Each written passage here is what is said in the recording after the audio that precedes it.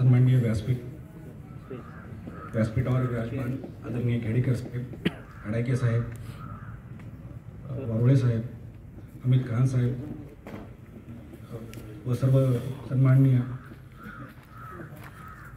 व इथे जमलेले सर्व विद्यार्थी मित्रांनो, आपण आज human right day, international day of person disability या सर्व दिवसाचा आपण एक साजरा करतोय. त्याच्याबद्दलची आपण एक माहिती घेण्यासाठी आपण एकत्र जमलेलो आहोत.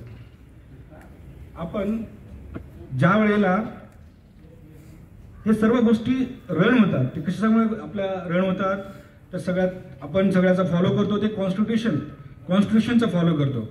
कॉन्स्टिट्यूशनमध्ये आता आपल्या सरांनी सुद्धा आणि बऱ्याच वक्त्यांनी सुद्धा आता डिस्कशन करते वेळेला सांगितलं की आर्टिकल 21 हे सांगतं की राईट टू लाईफ या एका शब्दावरतीच कितीतरी गोष्टीचा उहापोह होतो.